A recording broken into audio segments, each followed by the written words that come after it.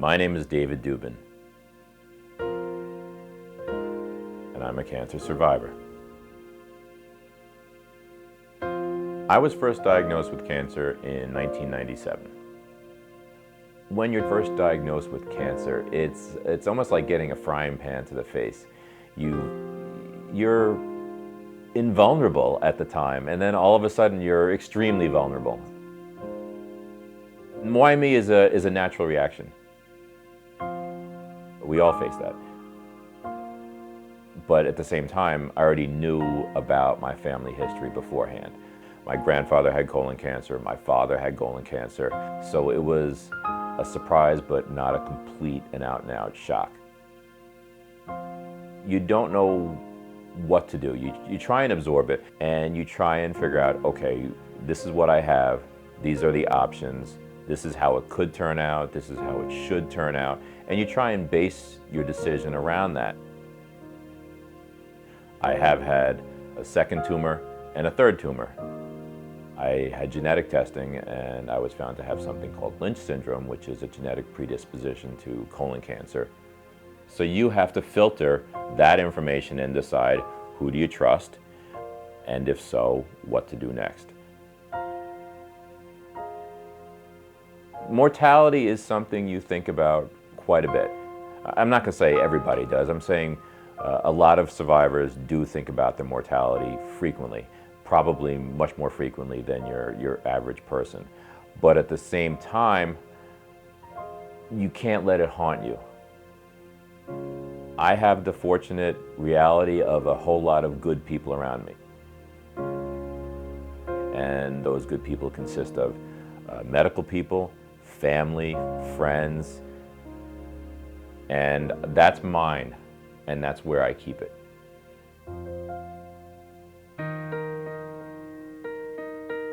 Robin's amazing. You know, she's been with me since college, and she's been a rock through all of this. Initially, she would ask the questions, how are you feeling? Is there anything I can do? That sort of thing. And not worry so much about the cancer. We have 3 boys. Zachary is the oldest. He's the teenager now, almost 17. And Corey, otherwise known as Middle, is the middle child at almost 13. And the 8-year-old, Max, is he's the soccer guru. But we are very open with our children about what's going on in my life because it could potentially affect their life from my own standpoint and their own standpoint if it's handed down, which there's a distinct possibility it will be. The 16-year-old pretty much knows everything. He has seen every surgery. He has seen me at my worst. He's pretty good about it. He's got a very level head, and he absorbs it. The 12-year-old also knows just about everything. The 8-year-old, it's hard to tell what he knows and what he doesn't know. So far, he's okay with it, but we don't harp on it. Again, we don't let it dictate terms with us, but at the same time, if anyone were to ask it, we would not be dishonest with them. We do talk to them a little bit about, when I was first diagnosed, the symptoms I had, so that in the off chance they have similar symptoms, they should know to come to us. Do we think it'll happen to them in their teens? Probably not, but why risk it? I don't have a cancer-free lifestyle. My lifestyle is, in fact, a maintenance lifestyle. So I have learned to get tested early. I do get tested frequently, annually, if not more often. And because of that, I'm able to find things sooner rather than later. I don't know what I'm going to find when I get there. It's a Tuesday morning, it's raining, and I'm on my way to my colonoscopy, my annual. No symptoms, but you never know what you're going to find. Hopefully, we won't find anything, but I'm sure it won't be for a lack of trying. I would use detection first. Early detection is the key to survival. Going into an examination is not something that people should dread. It's unfortunate. The word colonoscopy is a punchline. It's not that bad. The prep is a little tough. It's gotten better. The colonoscopy itself is not a big deal, and you get a nap afterwards. So to use detection and examination in one sentence, I would say, do not fear the examination. Early detection is the key to survival. Cancer can occur anywhere, and it's the loss of controls of growth of cells. It's a growth of abnormal cells from any organ in your body that can move within your body and can claim your life. Colorectal cancer, otherwise known as colon cancer, simply because it's easier to say in public, is, believe it or not, the second leading cancer killer out there. It's completely preventable because colon cancer in most situations begins from a benign growth in the colon called a polyp. And polyps themselves don't give you symptoms. They don't give you blood or change of bowel habits. But if left alone, they can grow and they can degenerate into colon cancer. If found early, survival rate is very good. If found late, that's when it spreads to other parts of the body and has much more implications. So the whole point of being screened is to look for polyps and remove polyps when they're benign. It's not to even diagnose early cancer, it's really to prevent people from getting cancer. Statistically, it's just too significant to have this lack of awareness, this lack of funding, especially if you consider that colon cancer is one of the few cancers that's actually preventable.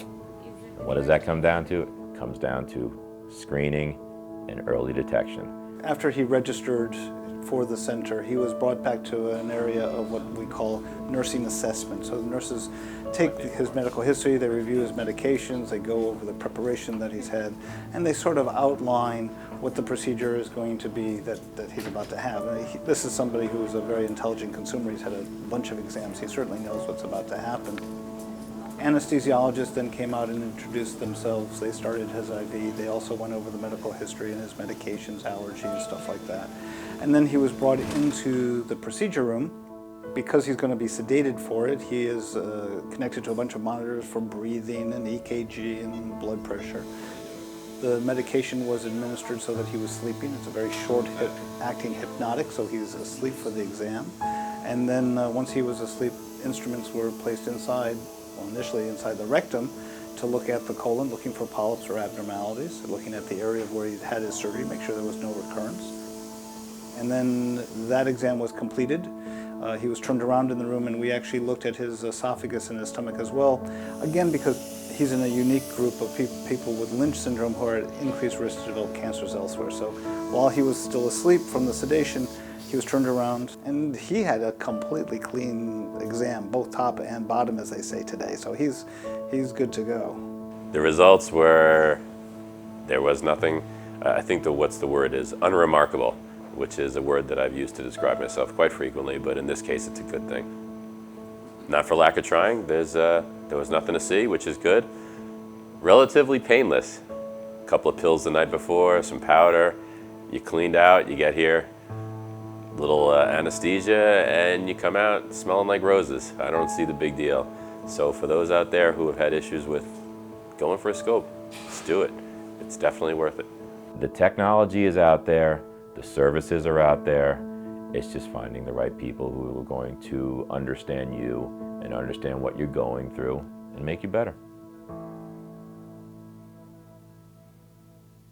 I think the uncertainty is just something that we have to learn to live with, and not knowing what the future may bring, and hoping that whatever it does is something that we can deal with and manage in the future.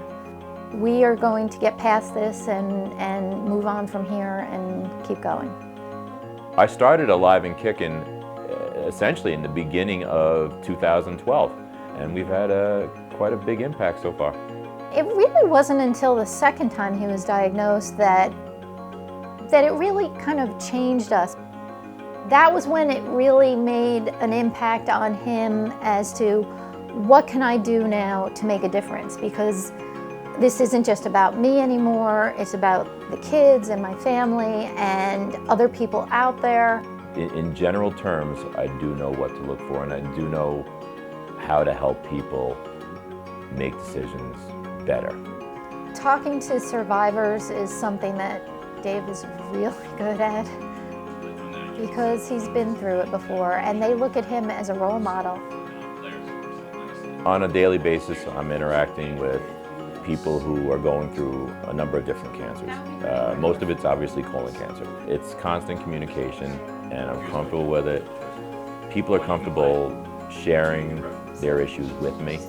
He's very positive about it all. He has a large network of other colon cancer patients and survivors that he interacts with. And you find something in common with them because you're the one that's standing side by side with them as they go through it. The name AliveAndKickn really signifies me.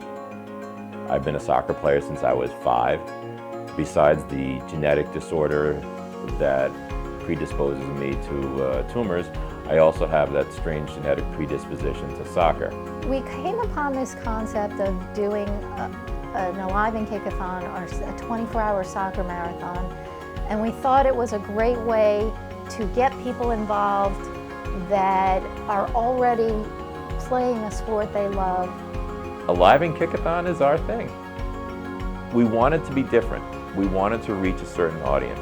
And we have people from all over the New Jersey area have registered online and created fundraising pages, and they're out there asking for donations and getting the word out about AliveAndKickn and the soccer marathon and colon cancer.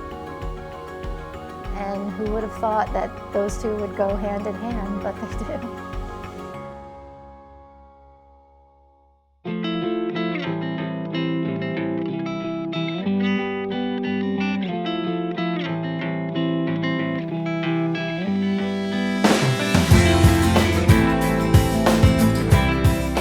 We wanted to do the AliveAndKick-a-thon in our backyard the first time, and we could think of no better place than the new Overpeck Park. It's really just a phenomenal site. 2 pristine fields, New York City in the background. At night it's going to be gorgeous. It's got concession, it's got utilities, it's got the restrooms, quite honestly. It was just too perfect. Well, the AliveAndKick-a-thon is a 24-hour soccer marathon, so it's not your typical 1-hour game or your even tournament where you have 3 or 4 games in one day and you go home. The AliveAndKick-a-thon is a series of 24 concurrent 1-hour games. Play for an hour, stay longer, play longer if you can or if it's warranted. It's more of a family event per se than an actual tournament. Winning and losing is not an issue here. It's competitive if you want it to be. If it's not a big deal. October 5th and 6th is going to be a busy soccer weekend. We're just happy to be part of it. Thank you all for coming to AliveAndKick-a-thon. We understand that colon cancer is not an old man's disease. 150,000 average diagnoses every year. 50,000 on average die from colon cancer. Almost as many women die of colon cancer as men. And it's getting younger and younger every year. All of a sudden you're struck with cancer, and all of a sudden you're no longer invulnerable. You're all of a sudden human, you're mortal. I had surgery, I had 6 months of chemotherapy, and afterwards it just seemed to fade like a bad memory. But for whatever reason, I'm able to bounce back from all of this and continue on with a normal life. So for me to give back to the community is an absolute mandate almost. So our goal with AliveAndKickn is to make a difference in that community. Thank you. Enjoy AliveAndKick-a-thon. Thank you.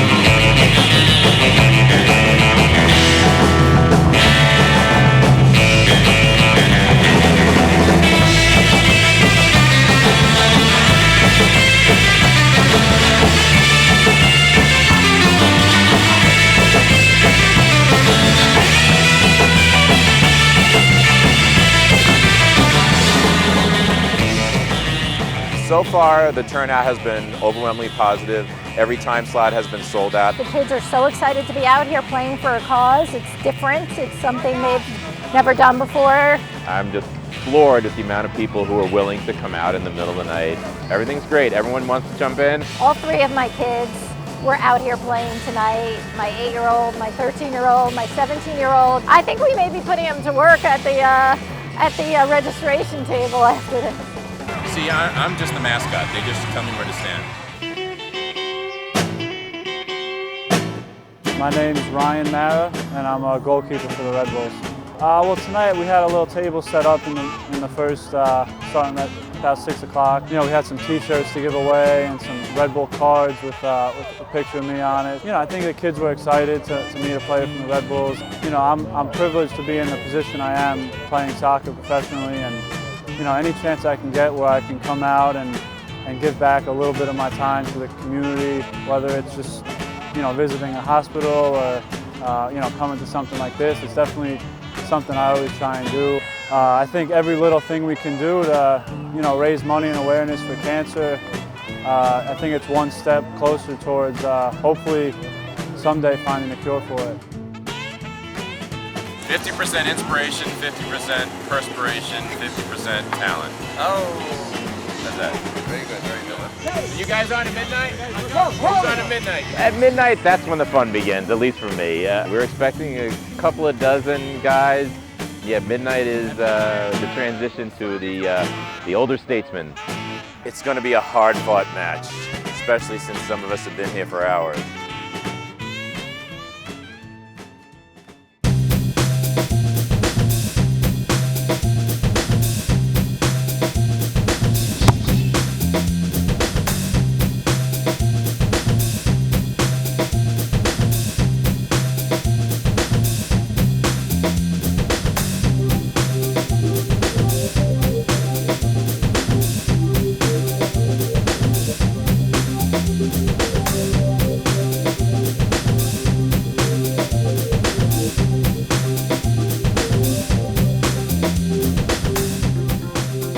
I think the one word that comes to mind when I think of David Dubin is perseverance. He has done more with his life after 3 bouts of colon cancer than most people do in their lives without any obstacles. You know, he's a real tenacious, hardworking guy, you know, 3-time survivor, and here he starts this organization, you know, a number of years ago, and it's really exciting to do a fundraiser like this 24-hour kickathon. You need more people like that, I think, would kind of help turn things around. And then I think he's an excellent role model for the kids that he's coaching. Just shows you what type of person Dave is. He's alive and kicking after 3-4 surgeries, and he's going strong. He's very energetic, very enthusiastic. He really kind of has a mission, and there's something bigger going on. And you know, as I've been reading and getting involved, you know, it's good to be a part of it myself. I love playing soccer, but I also love coming out for a good cause and supporting something. That's the cool thing about these events. You know, you don't have to be a star soccer player to come out here. It doesn't matter what age, you know. It's trying to take the positive energy of a soccer team and a soccer community and use that to fight a disease and raise money for a charity, I think is a pretty powerful concept.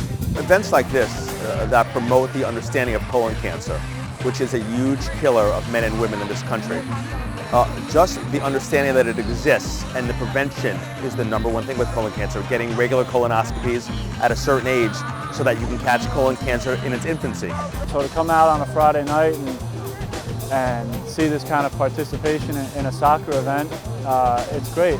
You know, I'm happy to see it's a great turnout tonight. There's a lot of energy here, and I think everyone's having a good time.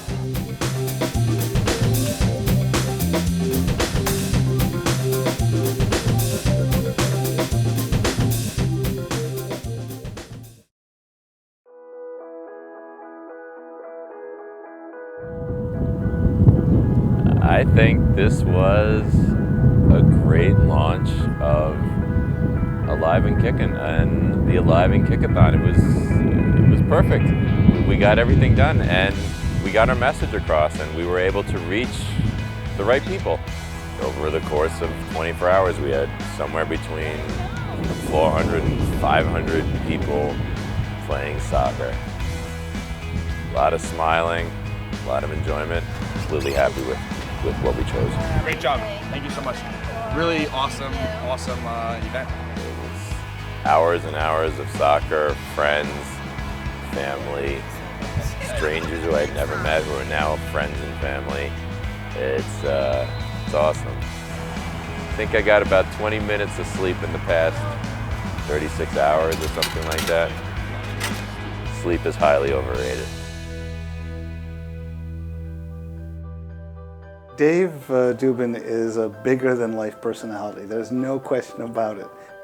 I can't think of a better person to champion this cause, who's out there working every day to try to bring awareness to this ridiculously prevalent problem, but at the same time something that people don't talk about. AliveAndKickn is going to be an evolution. We really do not have a preconceived notion of how it's going to ultimately turn out, but at the same time, we look at ourselves as being a place where people are comfortable. I think we would like to take AliveAndKickn and have it be a national brand name associated with colon cancer awareness. And if people are comfortable with that concept, they're going to join us in whatever capacity they're comfortable with, whether they play soccer, whether they don't. We really would like to do AliveAndKickathons in locations all around the country.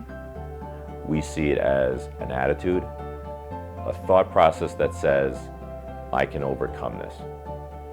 And even if I can't, I'm going to put up a heck of a fight. And that's where we want people to be. We've already started talking to individuals, volunteers, hospital partners, professional soccer teams in different cities around the country. My goal is to make sure that there's a seat at the table for colon cancer. And statistically, I think it's warranted. Colon cancer survivors, we're missing some pieces. You know, in some cases, a lot of pieces. In some cases, way too many pieces. But we're resilient nonetheless. Life is a team approach. You want to be part of the team? We have a good place for you.